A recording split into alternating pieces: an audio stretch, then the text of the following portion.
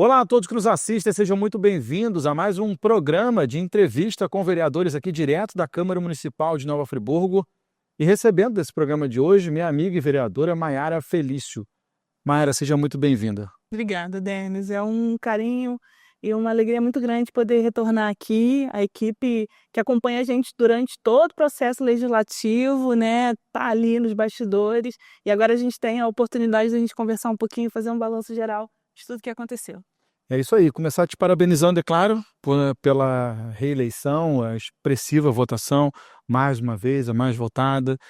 E queria saber de você, como é que você se sente com isso, porque sabendo dessa mudança toda que houve no ordenamento político, essa maneira das eleições serem diferentes dos outros anos também, o que você percebeu nessa transição política de campanha sua e logo depois a gente chegando nesse crescimento? Pois é, assim, é uma grande surpresa, né? Não digo surpresa, mas é uma boa nova, muito gostosa de poder ver a escala de amadurecimento que a gente teve até esse novo encontro nas urnas com a população. Eu percebo que o cenário de 2020, sendo diferente desse, né, a gente tinha uma outra posição política no poder, pensando presidência, a gente tem a transição, a vinda do governo Lula, que é, né, um líder de muita estima do nosso partido, que é o Partido dos Trabalhadores, fazendo uma gestão com políticas públicas, né, trazendo algumas pontuações que a gente não viu anteriormente, pensando na população mais vulnerável, mais pobre, retomada de projetos e programas importantes para a nossa população. A gente viu a mudança abrupta, né, disso com o mandato na mão. Então, eu acho que o que a gente teve aqui, pensando na escala municipal de transformação, o retorno do Mais Médicos, né, o fortalecimento das farmácias populares, né, o regramento do Bolsa Família, formato de recurso retornando aos cofres públicos do nosso município, né, com mais intensidade, pensando a cidadania. Agora a gente tem a possibilidade de ver um recurso bem grande chegando para enfrentamento às questões climáticas, né, os desastres que têm acontecido, acometido principalmente as regiões serranas do Brasil. Nova Friburgo não fica distante dessa realidade. Então, a gente também vê o reconhecimento e o retorno das pessoas interessadas em pensar o que o PT tem feito. E o trabalho que a gente desenvolveu, né, fortalecendo essa base que está numa instância federal e agora pensando o município também na estrutura de Câmara de Vereadores, a gente vai propondo de escalas também parecidas, né, com temas que têm a mesma afinidade num espaço, no âmbito de cidade. Então, por exemplo, quando a gente apresenta aquela lei de pobreza menstrual, a gente já tinha uma discussão sendo feita, né, na escala nacional, quando a gente de fato vota, porque o meu projeto é apresentado antes do projeto de Marília Reis, em Brasília. A gente vê a chegada do presidente Lula, né, a captação de recursos sendo direcionada para a finalidade de distribuição de absorvente, e aqui no nosso município, muito recentemente, mesmo o prefeito não querendo cumprir a nossa lei, né, alegando ali algo que não era institucional, algo que não era do nosso critério, da nossa competência, a justiça me dá vitória para a distribuição de absorventes em 3 escalas no nosso município, que é dentro da educação, né, nos espaços de educação, de saúde e assistência social. Então a gente vai se conversando nesse sentido com tantos outros projetos que, em instância nacional, ou foram apresentados aqui primeiro e depois passaram para lá, e da mesma forma o que a gente tem de lá de espelhamento, uma adequação na instância municipal. Eu lembro bem, no debate que você trouxe para essa casa aqui, essa questão dos absorventes, né? E muita gente criticou o projeto, não o seu projeto, mas esse projeto aqui também em âmbito geral, nacional, como um projeto apelativo, que era um projeto de mimimi. E assim, na verdade, uma confusão muito grande, que logo depois da aprovação e da execução desse projeto em alguns lugares, isso se tornou tão, assim, morreu tão rápido a oposição ao projeto, por verem a necessidade do projeto, né? Porque realmente é uma questão de saúde pública, é uma questão da dignidade da pessoa humana. Isso envolve tantas coisas. E por que, Maiara, na sua visão, a existe tanta dificuldade de se enxergar o simples dentro de projetos que não deveriam ser discutidos como oposição e oposição? Que esse é um projeto estritamente humano, ligado só a quem precisa, porque quem não precisa não vai fazer uso desse projeto, não serve para nada para quem não precisa. É um projeto praticamente antifraude, porque é um projeto que ninguém vai ter interesse e não tem como, sabe? Sim. Como é que você consegue, como é que é na sua visão, perdão, como é na sua visão, enxergar uma oposição a uma coisa teoricamente inofensiva e tão claramente proativa e necessária? Porque as pessoas que são contra não precisam desse item para viver. É básico, por exemplo. A nossa Câmara, são quantas mulheres que estão nessa casa legislativa em exercício? 3. Em contrapartida, 18 homens. Os homens vão entender qual é a real necessidade de um item que é pertinente às mulheres e às pessoas que menstruam? Outro exemplo que a gente pode dar é a representação, né, amplamente masculina da nossa casa, aqui em Nova Friburgo, Casa Legislativa. É só aqui ou é instância nacional? Porque as mulheres sabem a importância de ter um absorvente a cada 28 dias do seu mês. Você ter um item básico para poder acessar os espaços e viver, gente. Eu não estou falando nem de medicamento que contribui para que ela não sinta as dores da cólica que o período menstrual também proporciona. Então, essas casas, os espaços de poder majoritariamente ocupados por homens, não vai entender a importância de um projeto como esse. E é por isso que a gente faz uma defesa de ocupação feminina e de diversidade nos espaços de poder. Para além disso, né, a gente está pensando aqui uma organização social que ela se atravessa. A gente não pensa só a distribuição de absorvente para pessoas pobres e pensando a questão de saúde. A gente faz questão que essa distribuição aconteça nos espaços escolares, porque no Brasil nós temos um índice altíssimo de evasão escolar de mulheres e de meninas, porque elas não conseguem estar no espaço escolar, porque não tem um item básico para estancar o seu ciclo menstrual. Então, isso é um dado que você está trazendo, né? Um dado estatístico pesquisado e formalizado. Sim. Assim, eu sou homem, claro, mas como lutar contra... Eu não lutaria, tá? De modo algum, porque isso, né, não tem cabimento, mas como lutar contra um dado desse, que ainda mais hoje, porque com a precocidade hormonal das crianças, antigamente a gente só falava isso de meninas de no mínimo de 14 anos para frente. Eu me recordo, Mayra, aqui cortando um pouco esse assunto, mas no assunto, deve ter coisa de uns 20 e poucos anos atrás isso, que ela ficou grávida com 11 anos. Ela não tinha 11, eram 10 e alguns meses ela ficou grávida. E o jornal foi entrevistá-la. E ela virou notícia nacional, porque isso era um fato praticamente inédito. Uma criança com 11 anos de idade ficar grávida. O que hoje já não é. Hoje, com 11 anos de idade, é natural se esperar uma criança já estar em fase de menstruação. Então, isso vem, lógico, da nossa alimentação, da mudança, né, do comportamento do ser humano. Como lutar contra um fato desse? É isso que eu pergunto. O que você está trazendo são dados, sabe? E como que uma criança que não tem condições, porque a gente sabe que não é barato, um bom absorvente, um absorvente regular não é barato. Quantas vezes eu já vi, já ajudei, já socorri, tive que voltar para casa porque minha mulher ficou menstruada, porque manchou a roupa, porque aconteceu alguma coisa. E é natural, é óbvio. E como uma criança dessa vai à aula? É óbvio que ela não tem como ir à aula. Imagina o tamanho do desconforto. E muitas das vezes a gente está falando em crianças que não têm meio de locomoção próprio, depende de transporte público, depende de ir a pé muitas das vezes, e não é perto também, normalmente. Então, assim, sabe? Isso acontece, Denis, por conta de um negacionismo que se instaurou no país. Você tem que explicar o óbvio para as pessoas entenderem. Acho que a palavra é essa, é óbvio, né? Acho que é óbvio, né? E aí, assim, a gente vê pessoas que não respeitam a escolha do outro, não respeitam a vida privada do outro, trazem essa discussão a público. Essa casa é um exemplo crasso disso, de ver discussões pessoais da vida do outro.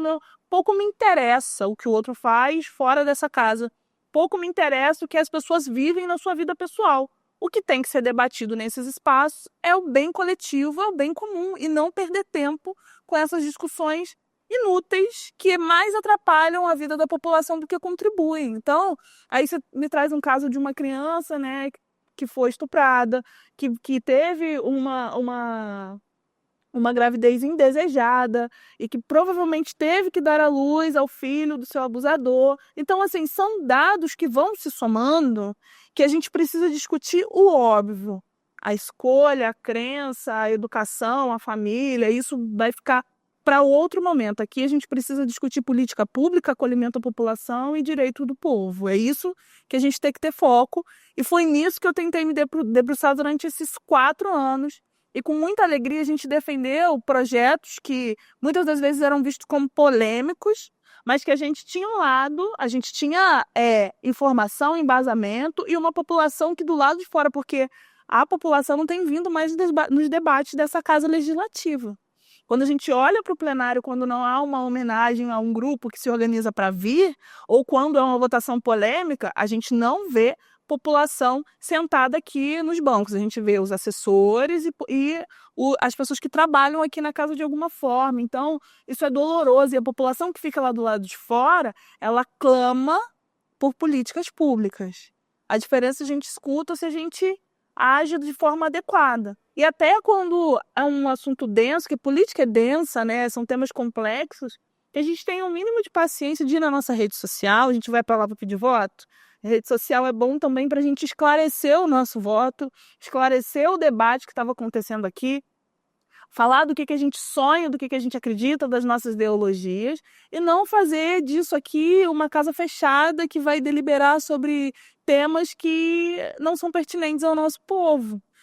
Eu acho que é essa postura que a gente precisa ter, foi a postura que eu adotei durante esses 4 anos. A gente fez todo final do ano um prospectozinho, né, um panfleto, contando o que a gente trabalhou, onde a gente se dedicou, quais foram as leis que a gente aprovou, audiências públicas realizadas, fiscalizações que a gente fez, os temas mais complexos que a gente conseguiu ali, né, de alguma forma, durante os 365 dias, elaborar e ofertar para a população friburguense. Eu acho que isso é uma boa prática que deu tão certo que a minha campanha eleitoral foi toda feita assim também, de prestação de contas, de olhar no olho da população e falar, olha, não, o político não é aquele que vem de 4 em 4 anos pedir coisas para vocês. Antes de eu pedir o seu voto, eu vou falar o que eu fiz. E eu acho que deu tão certo que a gente teve um salto de 600, 700 votos de diferença da primeira eleição.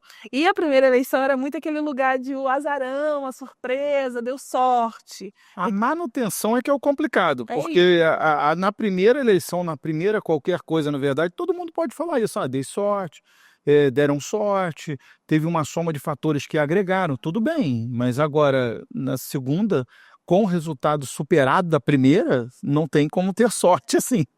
E eu acho que é exemplo do trabalho que a gente fez, de chegar num lugar, tentar entender também a situação toda.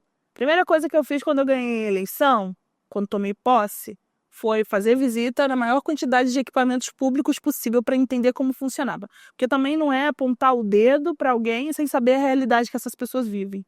Então, entender a realidade do servidor público e qual é o aparato que eles têm para trabalhar. Eu acho que até a Câmara deveria fazer isso também, de como a casa funciona, quais são as ferramentas que os vereadores têm acesso, que tem muita gente que acha que a gente tem algumas coisas que a gente não tem e acha que a gente não tem algumas coisas que realmente a gente tem. Então, acho que é o trabalho da transparência e de fazer com que as pessoas entendam como funciona cada poder e cada agente público. E aí, entendendo aquilo tudo, eu comecei a dar meus primeiros passos com iniciativas legislativas, com requerimento de informação, com os projetos de lei apresentados, com as audiências públicas. E a gente foi, assim, nessa somatória e aproximando as pessoas, trazendo as pessoas, deixando um pouco também de lado as 4 paredes do gabinete. O gabinete tem que funcionar na rua também, porque a população está tão na correria de ir e voltar do trabalho que às vezes não vai ter tempo de pensar uma política. E cá para nós. Nós estamos em espaços que muitas das vezes não foram pensados para que realmente a população pudesse acessar. Esse planejamento que você falou realmente é muito importante, porque não é convidativo, o acesso não é feito de forma simples, comum, gera sim tem determinados locais que geram muito constrangimento para a pessoa poder acessar. E aí a pessoa fala, pô, eu não vou não. Sabe aquela coisa de quando você pede alguma coisa a alguém e a pessoa coloca tanto problema na frente que não quer te dizer não, mas é para você desistir. Aí você desiste, você fala, não, obrigado, eu já entendi, ou não entendi, mas vou desistir assim mesmo, não vou chegar. Porque esse processo afastamento, ele é tão notório quanto a gente está falando aqui do caso do projeto de lei, por exemplo, né? Ele é notório, porque basta olhar. A gente não precisa ter muita dúvida. Esse não precisa nem fazer pesquisa, basta olhar. E isso é ruim. Você falou a respeito das pessoas saberem do que a Câmara tem e o que a Câmara não tem. Eu acho isso fundamental pelo seguinte motivo, que eu vejo muita gente falando, poxa, o vereador está lá, ele recebe e ele podia fazer, por exemplo, o caso do acordo do TAC feito entre a Câmara Municipal e o Ministério Público.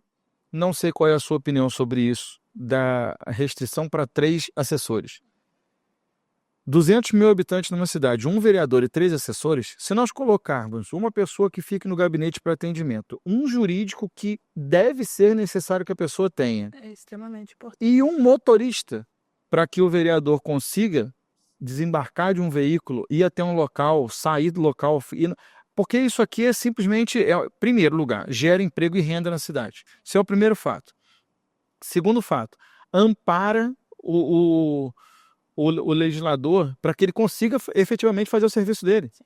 Porque não é bonito você ter que pegar um carro, sair daqui, ter que achar uma vaga, parar uma vaga, porque você tem uma agenda, você tem um compromisso. As pessoas estão te esperando. As pessoas podem até achar bonito quando o compromisso é com outro, mas quando for com ele e você não chegar, ou chegar 1 hora atrasado porque você não achou uma vaga, não é tão bonito assim. Então você precisa... A gente falou aqui em 3 funcionários básicos. Um para atender o telefone e ficar no gabinete, só para manter o gabinete aberto. Um jurídico para você entender se é possível realizar ou propor aquilo que alguém lhe solicitou, ou que você... O que vai ser votado todo. Exatamente. Olhar o que vai ser votado, o que foi colocado para você. E a terceira coisa é um motorista. Questão de mobilidade, logística, cumprimento de agenda. Só isso aqui acabou. Resumindo, qual é o seu assessor? Sim. Você não tem. Você tem assessores basicamente que não podem nem andar com você. Então, sabe, eu acho que às vezes falta esse tipo de raciocínio até da própria casa, quando propõe, quando assina, quando concorda com... Porque se nós formos no Ministério Público, nós vamos ter quantos assessores para um promotor de justiça? Os poderes são independentes. Se você for ao Congresso Nacional, que você vai ao Congresso Nacional, você vai à Alerj, você vai ao gabinete da Verônica, que é sua parceira política como deputada estadual, você vai a Brasília, lá não tem esse tipo de acordo. Vê se o STF vai propor um acordo para redução e corte de metade dos assessores no Congresso Nacional. Isso não existe. Porque se eu tiro a sua capacidade de articulação, sua capacidade de mobilização, eu estou tirando, na verdade, sua capacidade de me prestar um serviço melhor. Sim. Olha, quando eu cheguei na Câmara deles, eu migrei de um auxílio emergencial para um salário de vereadora. Pensando no cenário de pandemia, eu fotógrafa, fica em casa, como que você se mantém, como que você consegue, enfim. Como a gente chega na casa, a gente estava com um sucateamento muito grande dos carros oficiais. Por N motivos, a gente sabe, né? O desgaste do tempo, as manutenções que precisavam fazer, enfim, cada um... Morosidade, licitação, enfim. Cada um cuida do seu carro de uma forma diferente, enfim. Então tinha uma restrição muito grande para se locomover e atender a população. E eu fui eleita com um número de votos expressivos na cidade inteira. Às vezes me chamavam para ir lugares distantes, que era de ônibus, porque o carro não estava à disposição e a comunidade tinha como esperar. E aí, agora a gente está com um carro que a gente tem condição de usar e a gente usa com muita responsabilidade, me refiro a mim e ao gabinete de meus assessores, com muita cautela, muito respeito, porque é um bem público, para poder trabalhar. Eu vou criminalizar essa ferramenta? Não, não há como. É criminalização política. O que a gente tem que criminalizar é um mau uso, né? Uma prática ruim atrelada a um bem público. Sim. Então, por exemplo, quando a gente fala dos assessores, Denis, eu sou assim, a fã número 1 da minha gabineta. São mulheres que elas abrem mão de estar com os filhos, abrem mão de estar no horário de lazer, porque a gente não consegue fazer as horas que tem que fazer. É sempre muito além, porque somos 4, né? Eu gosto de falar que somos 4 porque eu estou muito dentro ali da proposta de dessas horas dentro do gabinete junto da minha equipe. Não sou uma vereadora que tem outros afazeres além da vida pública. Eu me dedico 100% à minha vida pública. Não tenho outro lugar que eu desempenho profissionalmente um trabalho. E eu falo profissionalmente porque a gente tem que se qualificar para estar aqui. Não adianta bater no peito, falar que você ocupa de forma civil, se você não quer fazer um trabalho bem feito. Tem que se qualificar, tem que entender lei orgânica, tem que entender regimento interno, tem que saber dos processos, senão te passa uma rasteira bonita. Mayara, eu vou te interromper um segundo, porque assim, você é uma das primeiras vereadoras que eu entrevisto que realmente toca nesse assunto com essa liberdade. E eu não consigo concordar com a pessoa que diz para mim assim, eu não consigo concordar com esse termo, eu estou, eu respeito quem diz isso, respeito quem diga que queira dizer isso.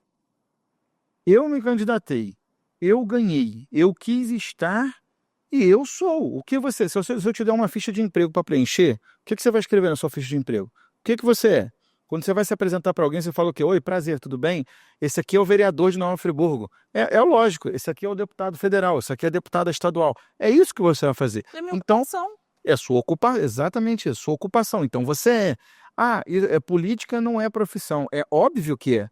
É óbvio que é. É o contrário. O que não gosta e não quer ser profissional na política, ele nem tem que estar lá. Porque política é gestão pública. Se você não serve para ser gestor público, se você não serve para ser legislador, que também é um gestor público, você não serve para nada. Por que o seu funcionário ou o funcionário concursado tem que ser um profissional e você, que é o chefe dele, não tem que ser um profissional? Então, quer dizer, é uma coisa assim, vamos tentar inverter a palavra para mostrarmos uma humildade. Não, isso não é humildade. Na verdade, se você parar para analisar, você chega ao ponto de desdenhar. Não é negligência. Você concorda? Você chega ao ponto de desdenhar do que você está fazendo. Se você recebe hoje um valor razoável, que irá aumentar na próxima legislatura, e você considera que isso não é uma ocupação, então isso não é nada. Então você vou dar um exemplo, que você fosse advogada. Eu não preciso disso aqui, eu sou advogado.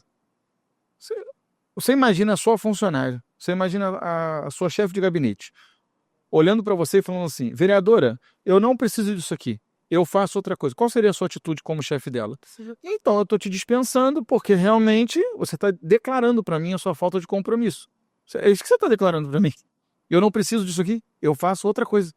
E aquilo que você não precisa, por interesse humano, normalmente você não se dedica muito. E essa é a minha preocupação, porque olha só, não é... Quando a gente defende o Estado democrático e o direito, e principalmente pensando na eleição, é que todos tenham o direito de se candidatar e se eleger. Mas a partir do momento que você quer fazer uma ocupação qualificada de uma casa de poder, de um espaço de poder, você não pode contar com o que o outro vai falar ou te ensinar a fazer, ou você ir com a manada. Você tem que saber o que você está fazendo aqui. Senão você é só um aventureiro. E de aventureiros a nossa população está cheia e cansada. Então, você pode ter a 4ª série, você pode saber assinar teu nome. Mas a partir do momento que você senta aqui, você tem que saber como que funciona uma sessão ordinária, como que você apresenta um projeto de lei, como você faz ali a sua investigação, sua fiscalização através de um requerimento de informação, através de uma visita. Você não sabe ler a planilha? Tem um assessor que saiba ler a planilha para você ter um caminho e ajudar, de fato, a fazer o exercício do seu mandato. Agora, se você não sabe o que fazer, é simplesmente o status de estar aqui ou simplesmente ir com a manada ali, conforme vai o jogo político. Porque o jogo político ele não vai parar de acontecer porque você não sabe como agir. Exatamente, não. Você vai ter que votar. Você vai ter que votar, você vai ter que estar presente, você vai ter que ter uma opinião, você vai ter que ter um lado, você vai ter que falar alguma coisa. A respeito de quê, sobre o quê, como que você vai falar. Pensando assessoria, hoje a gente tem a nossa chefe de gabinete, que também é advogada, que ela vai acumular essas 2 funções, né, ali no mesmo valor de salário, mas ela tem 2 atribuições de organizar o que a gente vai fazer e, ao mesmo tempo, ficar de olho em tudo que vai à votação. A gente tem Marcinha, que é nosso cartão de visita, que também é motorista, que corre para cima e para baixo junto comigo, faz os atendimentos junto comigo. Tem Tati, que está no gabinete, também é da cultura e que está dentro dos conselhos. Então, assim, para gente que quer trabalhar de verdade, não é o suficiente. Claro que E é não. por isso que elas fazem o dobro das horas junto comigo e a gente tenta articular um dia para não vir, para poder compensar, porque não é justo com as trabalhadoras, não é justo, mas ao mesmo tempo o fôlego que elas têm de querer ajudar a cidade é algo que só demonstra que eu tenho que lutar para isso aqui, para a política não ser criminalizada. O mau uso da política, sim, mas não a estrutura para que a gente consiga atender. Eu não tenho nada a ver com um gabinete de gente que não trabalha assim, ou de que tem outra atribuição, outra ocupação, ou de pessoas que não se dedicam. Eu não tenho nada a ver. Eu quero saber o que é certo, o que a gente está aqui para fazer. E é assim que a gente vai tocar. Vocês não vão me ver usar, às vezes é até eleitoreiro, populista demais, essa coisa de tentar cortar coisas que no final das contas a pessoa não vai nem querer abrir mão. Às vezes é só para fazer uma cena, fez ali um videozinho dela jogando na rede social, tá lindo, mas quando chega aqui, vê como que é a realidade, que se quiser mesmo fazer um trabalho sério, vai entender o porquê, a importância. Por isso que tem Vamos muita falar. gente que é cobrada depois, né? Porque fala mundos e fundos, aí quando chega lá vê que não tem como operacionalizar. Falou que era contra tudo. Como é que você vai operacionalizar É contra por isso você? que eu sou contra o poder pelo poder, cara. Porque uma hora você vai tropeçar nas próprias pernas. Aqui, a gente, para poder manter uma comunicação direta com as pessoas na rede social, porque eu não tenho mais condições de fazer isso sozinha, você precisa contratar alguém para fazer. Você precisa ter, às vezes, eu já tive meu carro seguido 2 vezes, Denis. Às vezes você vai fazer uma atividade que exige mais segurança, você vai precisar contratar alguém para estar ali com você. Às vezes é alguém da sua família que vai sair porque bateram na tua porta de madrugada precisando de atendimento, você está sozinho e você não vai chamar assessor para ir. Você tem que se desenrolar, pegar um Uber e parar no hospital, parar em algum lugar que as pessoas precisam desse atendimento. Então, isso tudo, às vezes tem a estrutura, às vezes não tem. Então, é isso tudo que precisa colocar na ponta da balança para fazer a crítica. Aí sim.